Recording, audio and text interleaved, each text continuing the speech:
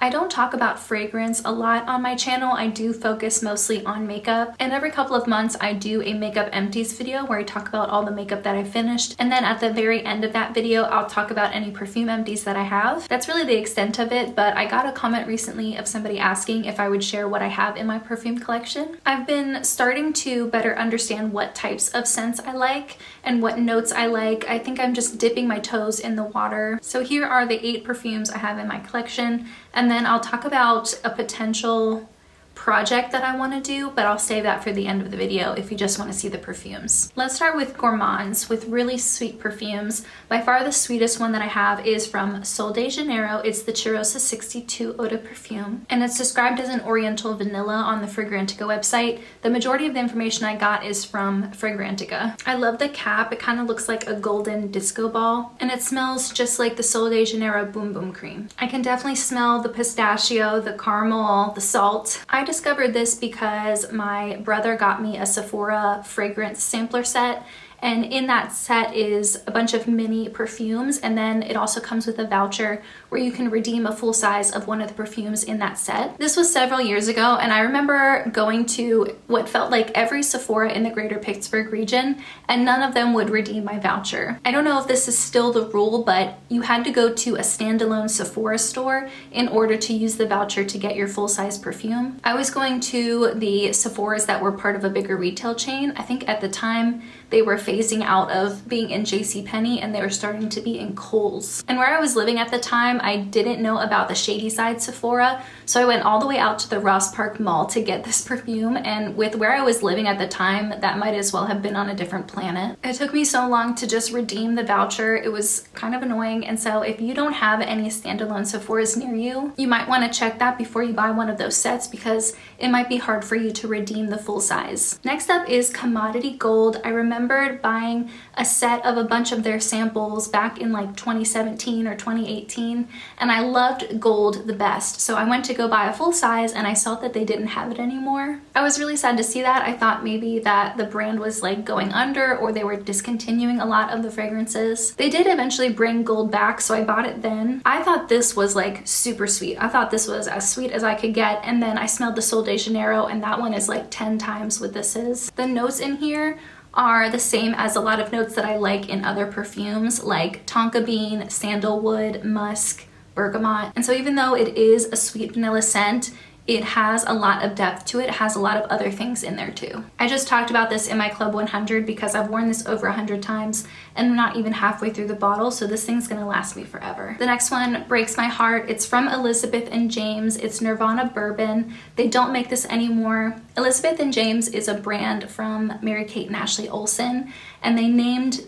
the brand Elizabeth and James after their siblings. And there were 2 fragrances from that line that I adored. This one here in the brown packaging is Nirvana Bourbon, and they had another one in the same packaging, but it was white, called Nirvana White, and that one was my signature perfume. If they still made it, it would still be my signature perfume. I actually sprayed this on for the last time last week, and I didn't even realize it was gone. I thought I still had plenty left, and it broke my heart to spray that on and realize it was the last time I was gonna wear it. This has a strong scent memory to me because I had a smaller bottle of it that I took with me to a Nashville trip that I went on with my husband.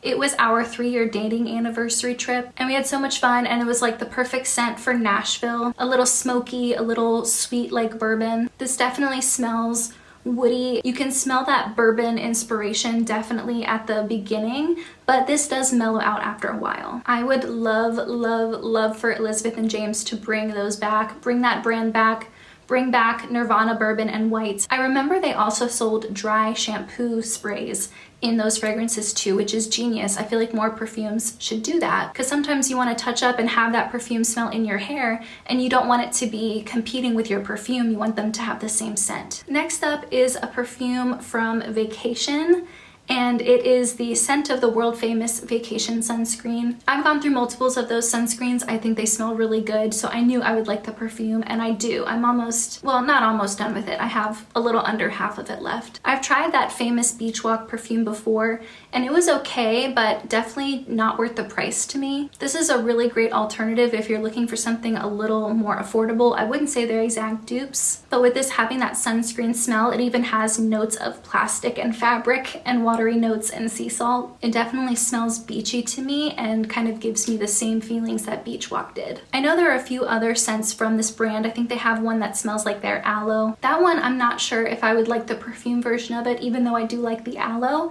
So I probably want to go and smell that in store before considering purchasing it. And this is slightly sweet, not like the vanilla fragrances, but more fruity. It has notes of banana, pineapple, and coconut. Another perfume that I realized is gone. I was looking up the notes for this video and I realized they don't make it anymore. It's from Abercrombie & Fitch, Undone. I had the sample of it. I loved it so much that I put it on a Christmas wish list, and I received it as a gift, I think 2 Christmases ago. This is sweet, not in a vanilla way, more of like a fruity floral way. And it just smells fresh to me. It smells youthful and energetic. It's light and not overpowering. I often wear this when I'm just meeting up with friends for lunch. This is my newest perfume. It's Pacifica Beach Day. This doesn't smell beachy to me at all. So if you're looking for like a beach walk alternative, this is not it. This is not sweet at all, and it has almost like a bitterness to it. I assume that's from the orris, maybe from the cardamom. Instead of calling this Beach Day, I probably would have called this like library. Just has that sort of book scent to it, kind of dusty, but not really, not in a negative way. I don't think it's bad, it's just not what I expected when I saw the name Beach Day, and it has little palm trees and stuff on it. I just thought it was going to be different. Next up is Glossier You. This is supposed to be very light and somewhat earthy, so that when people smell it on you, they think it's just how you naturally smell. It has pink pepper in it, and I definitely smell that right away. It does mellow out a little bit, but it definitely still keeps that peppery, earthy scent, at least on me. It says that it has a slightly sweet base. I'm not getting that at all. When I'm looking for something lightweight, not too overpowering, not too sweet, I reach for this. I don't know if I would get this one again, but I was in a Sephora the other day with my friend Hannah, and I saw that they had expanded their range of Glossier You perfumes. They have one in a yellow bottle now, and that one smells so good. I think once I'm finished with this one, I'll purchase that one. I don't need any more full-size perfumes right now, especially what I'm going to talk about at the end of this video, but it's definitely on my wish list. And the very last one, the one that admittedly scares me a little, is this Commodity Orris perfume. It's the strongest perfume I have. I bought this years ago when it was really heavily discounted on the Sephora website. It has a lot of, to me, stronger notes like cedarwood, coriander seed, pink peppercorn, carrot seed, vetiver, orris. It says there's vanilla in here, but where? I've had this for so long, I've barely made a dent in it, and a big reason for that is because it's so strong. But as I was kind of putting my thoughts together for this video, I realized that I'm forgetting how this mellows out. It eventually does mellow out, it just takes a long time. Typically, I put on perfume as my last step, kind of like as my finishing step when I'm getting ready. I think with this sort of perfume, I need to put it on first so that it has time to mellow out and smell the way I want it to. I was going to say that if I were to ever actually finish this, I likely wouldn't purchase it again because I don't like really heavy scents to begin with, but I don't think they make this anymore anyway. And I recently watched a Karima McKimmy perfume video that she did forever ago, and she mentioned in that video that she really loves creamy scents. I had never heard of that before. I don't know what that means, but I would love to go smell perfumes like that in store to see if it's something I would like too. So if you have any recommendations for creamy perfumes that you think I would like, that you think I should go and smell in store, please let me know. And I wanted to end this video by mentioning that I think I'm going to start a fragrance project pan. I have 30, 40, maybe even more of these perfume samples, and I always neglect them. I always forget they exist. And so they've been sitting around in my life, and I don't know if I like them or not. And there's potentially my new signature scent in here, and I wouldn't know it because it just sits around in my house. So I think what I'm going to do, and if you have any suggestions on how to do this, please let me know, because I've never done a perfume project pan before. I think I'm going to separate these either by brand or by scent family. So break it up into like 5 to 10 samples, work through all of them, gather my thoughts on all of them, and then compare them in like a speed review style, and then introduce the next 5 to 10 samples that I'm going to go through. I'd like to finish all of these. If I can finish them all in 1 year, that would be awesome, but I don't know. And then from there, I can focus on my full-size perfumes and not have to worry about this taking up space in my life. I think it'll be really beneficial for me because it'll give me the motivation to actually wear these more, but I'll be able to do it in a way that provides information where I'm comparing a lot of similar perfumes. I think that would just be good, valuable information to have. But yeah, that was everything. That's my perfume collection. I hope you enjoyed. Please stay tuned for my fragrance project pan coming up. Thank you so much for joining me, and I'll see you in my next video.